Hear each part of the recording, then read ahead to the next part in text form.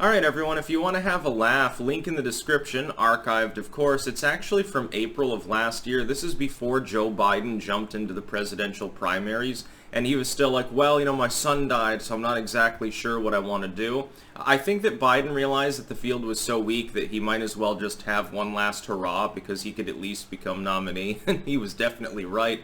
But Kamala, who was just chosen as his running mate, it's funny because this article, again from the middle of last year, has her saying she believes Biden's accusers. Now let me ask this. Has Kamala Harris changed her mind and no longer #MeToo, #BelieveAllWomen? Is that the case? Or does she still believe him and not have a problem with serving under who she believes is a pervert for the President of the United States? She won't answer the question, and I can tell you, I'll tell you what you're about to see. You're about to see the most astonishing example of a candidacy, a campaign unwilling to answer questions about the past while running on its past. Biden is running predominantly, other than Orange Man bad, everything's falling to hell and I can fix it, through vague platitudes, of course, no actual platform. Biden's main selling point is that he has a very, very long career in politics. He was a two-term vice president. He was a powerful member of Congress for, 35 years. Under the circumstances, you'd think he'd be talking about all the things that he accomplished, but he doesn't. And he doesn't take any impromptu questions, by the way, from reporters, and that's because his campaign, the people around him that are really running the show, have told him not to do that. Because you saw, back before he could use coronavirus as an excuse to never go out much, he used to answer questions and engage with people. In fact, his personability, as opposed to Trump being more aloof, was actually a benefit. Admittedly so. He seemed more personable, like Grandpa Joe sort of thing. Now that's disappeared. He doesn't answer any questions. Why? Because every time he did, he screwed up. Kamala's going to do the same thing. Don't ask her about her prosecutorial record, which is literally her only experience. Don't ask her about any of the laws she supported or not supported throughout time. If I look at her prosecutorial record, she was truancy. Kamalaharris was the one suggesting that parents should go to jail for up to a year because their kids didn't show up to school one day because they were sick or something and didn't get a doctor's note. That was Kamalaharris's doing. Between Joe Biden and Kamala Harris, you have arguably the most tough on crime, authoritarian ticket in U.S. history. Arguably. And you have to go back to maybe like the Alien and Sedition Act days to find something, a wonkier proposal. Biden was a tough-on-crimer. He was one of the key architects of the bad legislation of the 1990s that, by the way, did nothing to curb crime. That happens later. Soviet Union falls, the economy roars ahead, the internet becomes public, and all of a sudden crime drops because people are suffering less social alienation. At least until this year, of course. Biden's main record was as a severe tough-on-crimer.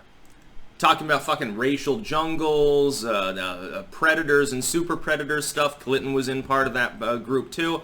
Kamala Harris, who claims that she was listening to Tupac and smoking weed 2 years before Tupac released an album, by the way, she then embarked upon her prosecutorial career, putting how many young black males? Let me ask this. And I'm going to fixate on that because she's going to use race as a selling point. Not because their lives matter more than anyone else's. All lives matter. How many tens or hundreds of thousands of people, because of her, went into the prison system? At least to jail or something, or had to pay a fine based on her mass expansion of authoritarian police state bullshit as her time in her time as prosecutor? How many millions more because of what Biden architectured? And with Trump, it's very funny because, of course, he's the main architect of the First Steps Act trying to undo that damage. It's hilarious. Trump has done more in his last few years as president for these same communities that will vote overwhelmingly for Biden and Kamala Harris, regardless of what platforms they have, has done more than Biden did and Harris did in their entire careers. In fact, they did a great deal of damage to these communities. I would say that when you have every other member of a inner city community has a felony because of tough on crime policies, yeah, it's going to stay economically disadvantaged. It's going to stay impoverished. Trump tries to undo that damage. Oh, Trump is a racist. It's fucking steaming bullshit is what it is. Kamala Harris doesn't have any qualifications. I'm not even sure why Biden chose her. Maybe this is evidence he really has slipped. Maybe he really was the one who made the final call because only an idiot would have her on as potential VP. a vote for Biden is a vote for Kamala Harris. He's not going to be the acting president. She might not even be. It might be more of a shadowy oligarchic cabal, but she'd be the one really doing, the executive thing. I think you're going to see more of Kamala Harris than you will of Joe Biden. Because I think what they're going to try to do is they're going to try to shape her public image very carefully. See if this isn't the case. They're going to try to shape her public image as the strong, empowered woman who's really leading the show in everything except for name.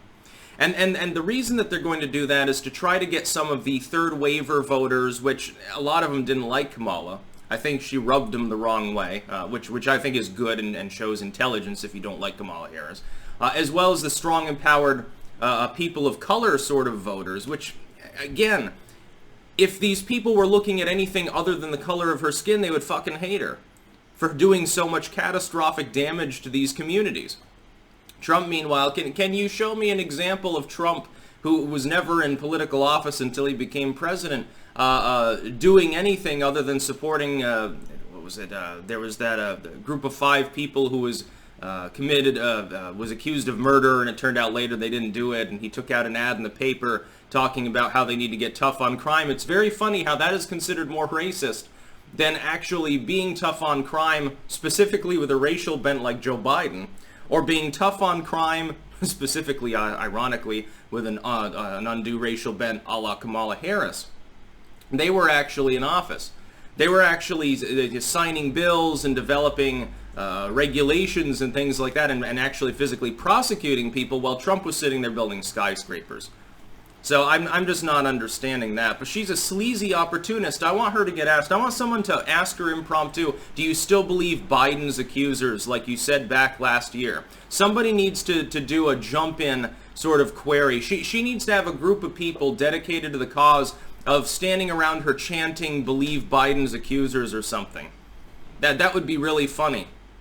But yeah, archived link in the description. So now you can see, obviously, Opportunist, at the very least, has made a major flip-flop there. And I think, of course, at the time when she was saying it, it was mostly to dissuade him from jumping in. I don't think she really cares about the fact that Biden, allegedly did Me Too stuff. I don't think she cares. She just wants the job.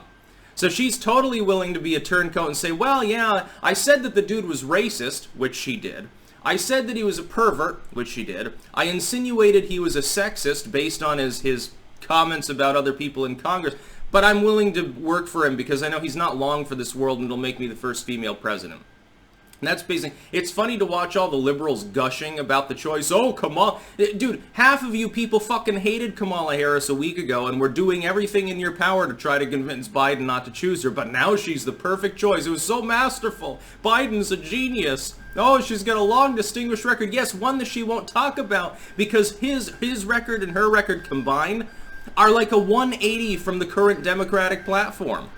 The current Democratic platform is ignore the fact that riots are going on and swear up and down that they're peaceful protests and rant all day about how evil whiteness is and claim that you want more diversity. This isn't a progressive ticket. This is 2 tough on crimers from yesteryear that collectively, again, are responsible for at least some hundreds of thousands of people of color, which is weird how it sounds similar to antiquated terms that you're not allowed to say anymore, but somehow it's in vogue now as the politically correct thing to say. A bunch of tough on crimers putting hundreds of thousands of people in prison, making sure that they're felons and can't get a fucking job and shit. Literally, Biden wants to keep those groups of people down, and he basically alludes to that anyway back in the 90s when he's rambling about the racial jungle and his poor kids. Oh my God, I mean back in the 70s, my poor kids will have to go to a school that has more than one black person in it. Oh my God, says Joe Biden. A real progressive sort of upstanding guy. And then you look into all of the other various scandals that tainted her particular prosecutorial time there as prosecutor in California. It's going to be funny to see people pick them apart like vultures going after a carcass, because that's basically what her record boils down to. Guarantee, neither of these people are going to be out campaigning and asking impromptu questions. Trump does it all the time. He loves audience participation. You think Biden's going to do that and get asked hard questions that he can't answer because he's demented? Or Kamala can't answer because the answer would screw her? Yeah, that'd be quite a sight now, wouldn't it? That's about all. Peace out.